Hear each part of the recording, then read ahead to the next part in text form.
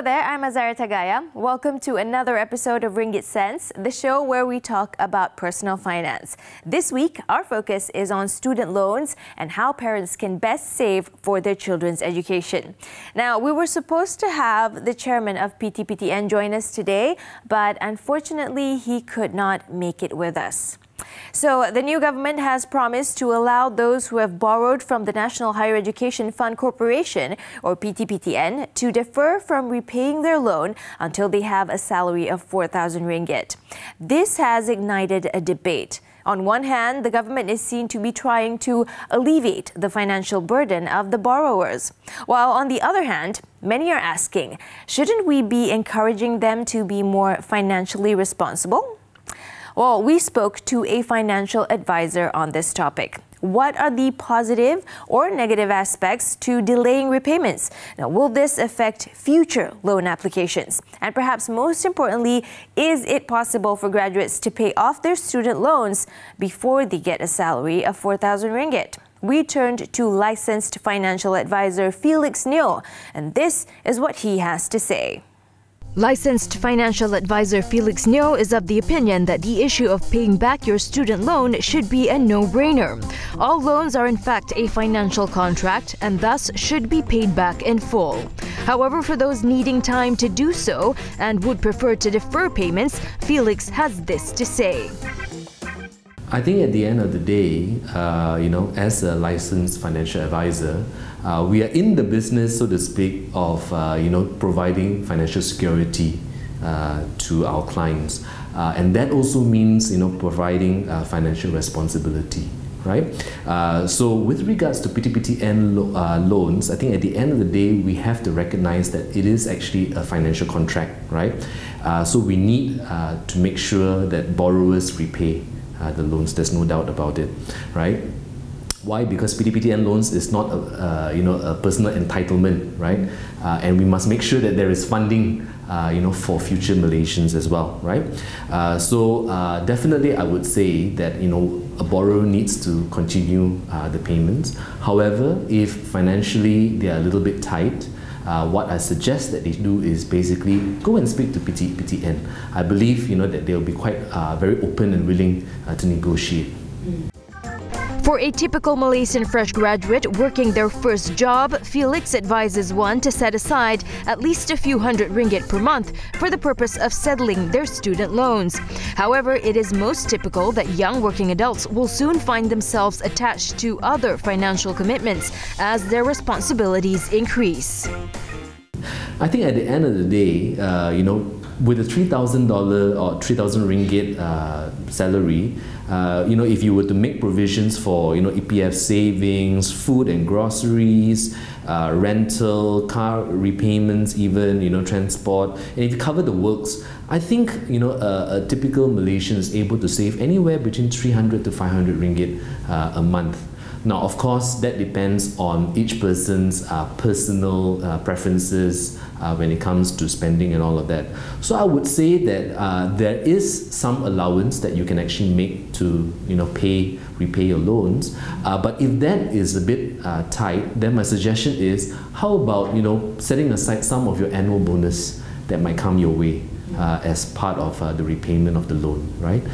And let's not forget, there are many people out there who are actually also on a commission-based structure. So if you get a commission, why don't you use some of that commission to make the payments, right? Another typical conundrum facing young working adults these days is that many will want to purchase their first car or property soon after they have settled into their job. Felix says individuals in this situation should first look at their priorities. Purchasing a new car or purchasing a home right after graduating is probably not a priority or a need. It's probably a want. Right? So especially if you're talking about Klang Valley, more and more people are able to basically travel without having their own transport, simply because the public transport system is getting much better nowadays, right? And we have access to ride-sharing facilities and apps and what have you as well. So I think more and more people are now able to depend on public transportation. However, if you still need to purchase your own car, then my suggestion is don't only think of new car. What about second-hand cars? Because I think you can get a good second-hand car for a very good price, right?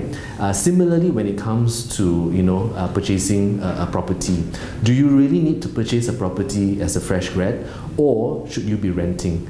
Again, Klang Valley, I think you'll find that there are many opportunities given the influx of new properties coming on board, that you can actually get very competitive rental rates. So why don't you try that first? Only get into this type of long-term commitments when you're more financially stable. We also wanted to find out how a student loan would affect one's credit score. I think at the end of the day, we know that credit scoring systems exist. So we have CRIS, for example, and they actually are trying to determine how creditworthy is a person. So a PTPTN loan is a loan nonetheless, right? And if you were to default, yes, I think you will be blacklisted, or the record will show in your CRIS records. So as a result, it may impact your future ability to borrow, simply because it speaks a lot, it speaks volumes in terms of your financial discipline as well as your ability to manage your finances well. After the break, we speak to a licensed financial planner from the Financial Planning Association of Malaysia to ask him what's the best way to save for your children's education. Now, if you don't want your child to be burdened by student loan debts in the future, stick around to find out how.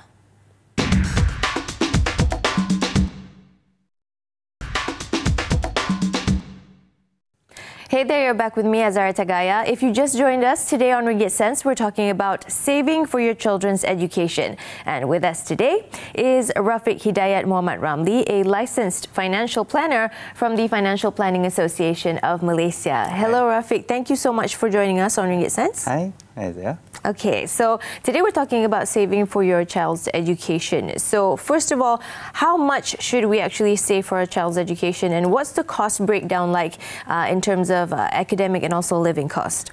Okay, so the first thing that we need to identify before we understand how much we put aside for our kids' education is, first, how long do you have in terms of? Second is, where do you plan to send your kid to? So, for example, local university would be cheaper than, let's say, overseas university. And what type of course that your child will be doing in terms of, would it be medicine? Medicine is generally more expensive than other type of courses because of all the additional courses, your practical, your labs and everything. So once you identify all this, then you can identify, okay, what would be the total cost that for your child's education. So when most people actually do the research, they generally only look into the academic portion of the course, which you can generally get by going to the university websites. So they will tell you what the tuition fees are, what the exam fees, what are all the other fees is. So you can come up with an amount, and that's it. But when I said earlier about the number of years, is because whatever the cost is now, you have to factor in inflation, because your kid might just be born. They're going to go to university 17 to 18 years later. So obviously with inflation, the cost is going to go up.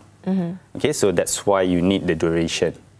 Okay, and then it's the same thing for transportation, living costs, because depending on where your child is going to university, it will be different. So example, a child studying in KL, obviously the living cost will be higher compared to somebody who is studying, let's say, in UUM in Sintok, Kedah.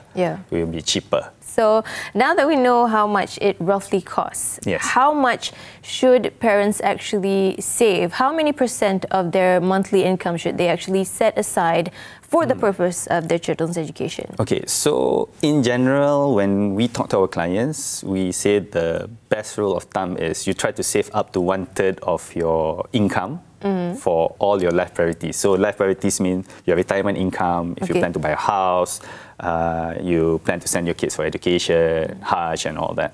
So about 33% in total. However, then depending on how many children you have, then the ratio specifically that you save aside for your children's education will differ. So the more children you have, the more you have to put aside money for your children's education, and also depending on the type of education that you plan to send your child towards. So like I mentioned earlier, if you want your child to be a doctor, it's going to be more expensive. If you want to send your child overseas, it's going to be more expensive. So taking it holistically, you then need to identify, okay, what is it that you can afford to do? So you need to review your finances first before you decide, okay, I'm going to send my children here. Because if you set unrealistic goals, then you're going to just set yourself up for failure, which doesn't help you or your child. Okay. So let's take example. So let's take a couple who earn 6,000 a month. So in order, let's say, the example I gave just now is for a local private university, but a local public university, we can half the cost because generally the tuition fees are much, much cheaper because it's subsidized. So instead of 93,000, you probably need about 47,000 for the full duration. So then if you project onwards, it would then be about 130-something thousand in 18 years from now. So if you invest your money monthly, let's say in an instrument that can give you an average of 6% compounding rate of return per annum, you'll be looking at about 340 ringgit per month for the next 18 years. Okay. So if you're earning 6,000, then that's about 5% of your monthly income for one child. So for two children, then it's about 10 to 11%.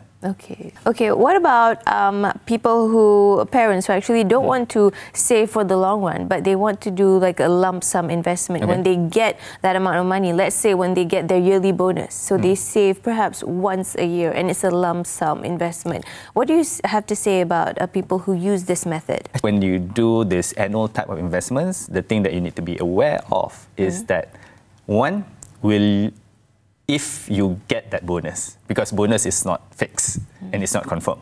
So if you don't get the bonus, then what happens? Okay, that's the first part. Second is that when you get the bonus, so is it enough for you to put in for the savings? Or do you remember to put it aside for the savings? Okay, because sometimes you're so happy when you get the bonus, then you say, okay, you start spending. Or how most of people in Malaysia at least does it, is that they spend first before they get the bonus. So they pay using their credit cards and everything, then hoping that the bonus would come in. Buy things, maybe they pay off other loans. Yes, correct. So that's the pitfall of doing it based on your bonus. From a cost, meaning out-of-pocket amount, actually there's only minimal differences between the amount that you put on a monthly basis and an annual basis. However, there's one more option, but this is for families who do have the money, is that you can do an initial lump sum investment. So remember I said earlier it was 93,000, 18 years becomes 265. So if you actually had 93,000 now, you put it in something that gives you 6%, then the whole education plan is ready for your children. I see. So it's generally much cheaper out of your pocket if you have the money now compared then you have to do monthly. But most people would have to do monthly instead of to do a... Everything would be cheaper if you have the money now. Correct. Okay, so we're going to be talking more about this and how you can actually save money when we come back. Right now, we're going for a short break. In the meantime, if you want to learn more about managing your personal finance better, visit the Smart Finance website. It has great tips by the Financial Planning Association of Malaysia, where Rafiq is also a contributor to the website. Stick around. After this, we're asking Rafiq, what's the best investment vehicle for an education fund?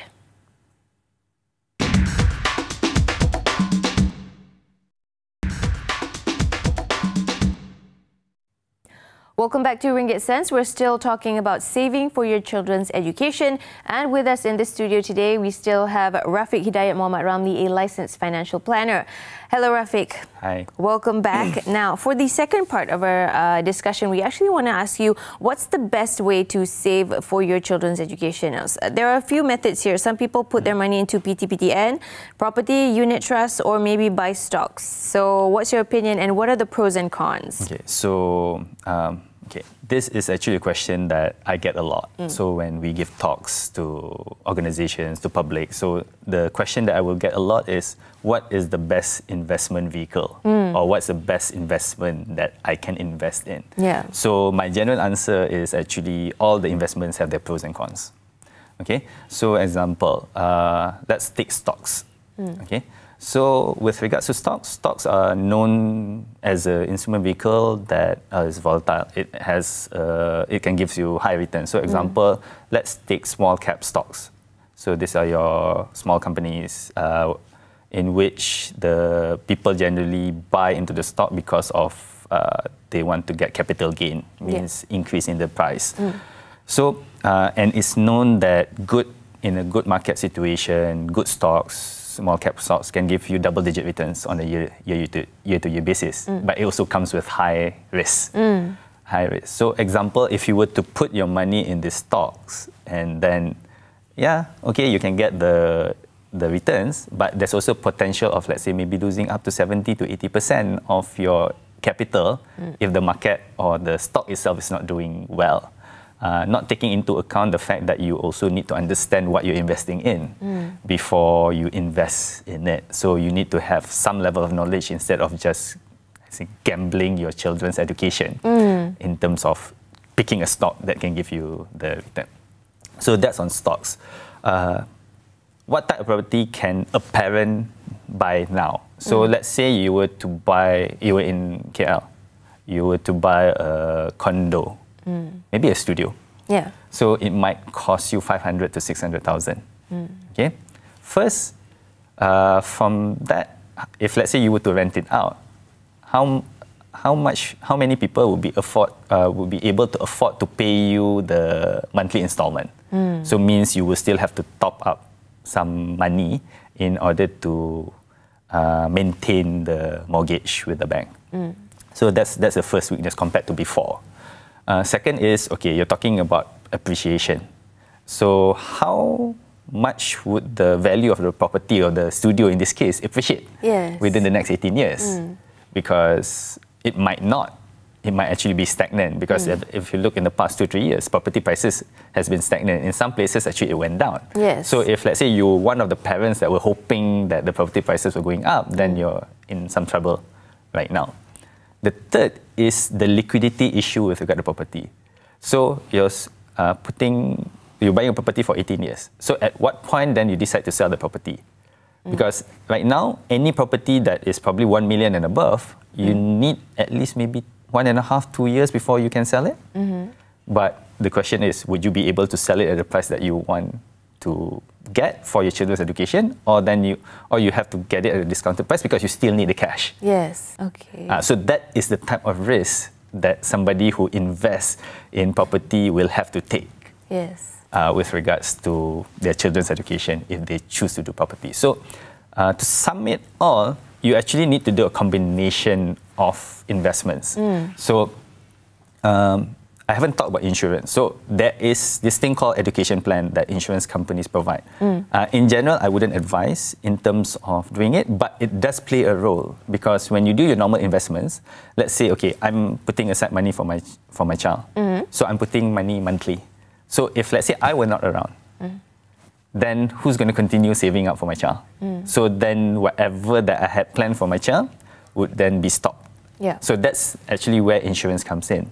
So a good education plan actually takes into account both the protection on the life of the person that is putting aside the money to protect it for income replacement, and also the money that you put aside to save so that you can achieve the goal.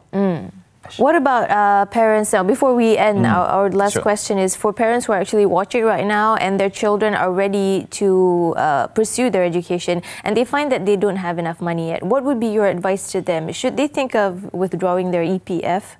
Okay, so I will go back to the fact that every individual have what we call life priorities. So EPF monies is generally used is tagged for retirement. Okay, so if you don't review your whole financial situation and then you just start taking out your EPF money for your children's dreams, children's goals, then what might happen is you might not have enough money for your own retirement. because as it is, you can also see the trends. You can see the young adults, after they finish their tertiary education, they're still living with their parents. So their parents are still supporting them. And I personally believe that this trend will continue.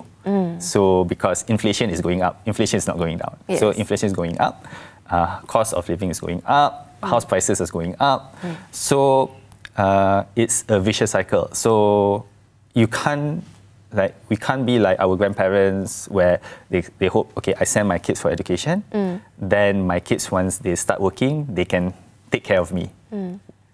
Our generation right now, I don't think that is possible anymore. So we, as parents, we have to also take care of ourselves. So I would advise against taking out EPF money unnecessarily, unless you've done a full review of financials. You understand that, okay, I do have extra money. I have enough money for retirement, and I can spare this amount of money for my children's education. So you have to look into and understand, okay, this is what I can afford. Because if not, then you'll be, you might even like take a loan. Either personal loans or PTPTN, which shouldn't have been the case in the first place if you had started saving when your child was just born. Okay, wonderful advice there. Thank you so much, Rafiq Hidayat Muhammad Ramli, a licensed financial planner, for joining us today on Ringgit Sense. Thank you for coming. Thank you. Okay, guys. Well, we hope the discussion today has given you a clearer picture of how to pay off your student loan and how to help you how to actually help your child to avoid a loan as well. And if you want to watch the interview from today or share it with your friends, go to our Facebook page, Ringgit Sense TV3. Also, drop your comments there and tell us what you think about it and about today's interview. We'll see you again next week. Until then, invest and save wisely.